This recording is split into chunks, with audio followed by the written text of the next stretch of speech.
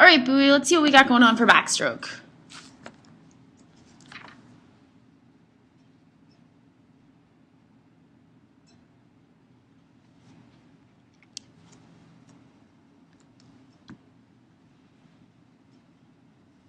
All right, things are looking pretty good from above water.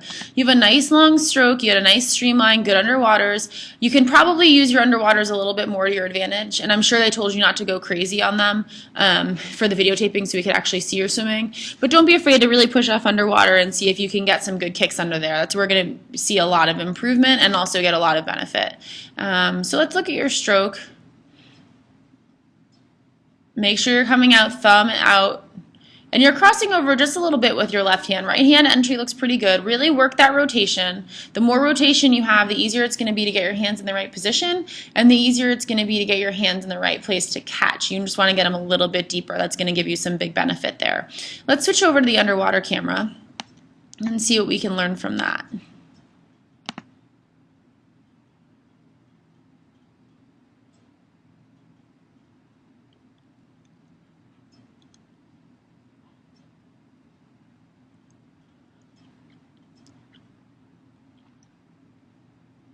All right, rotation looks pretty good underwater. I think you can exaggerate it just a little bit more.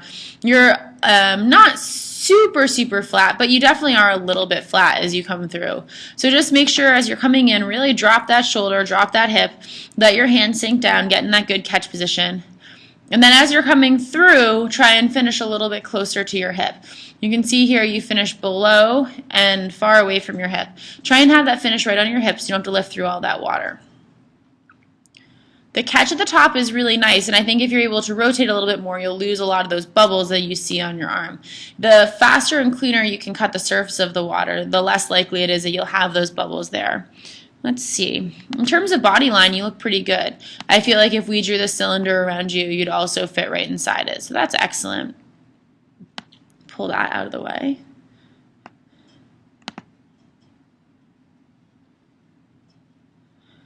One of the other things that we talked about today was having the body shaped a little bit like a canoe.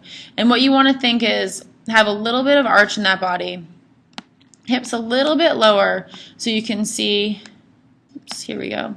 You can see here there's a little bit more of a sweeping line that goes down through the hips and then up to the toes. Yours would be pretty straight. I love that because it means you're in good position in terms of body position, but now you can start playing around a little bit more with that. See if you can add in some of that canoe shape. As you come in the top part of your stroke, you can see your arms really straight. Remember, you want to get into that catch as early as possible. And the easiest way to do that is to let yourself rotate and then have some more bend in your elbow.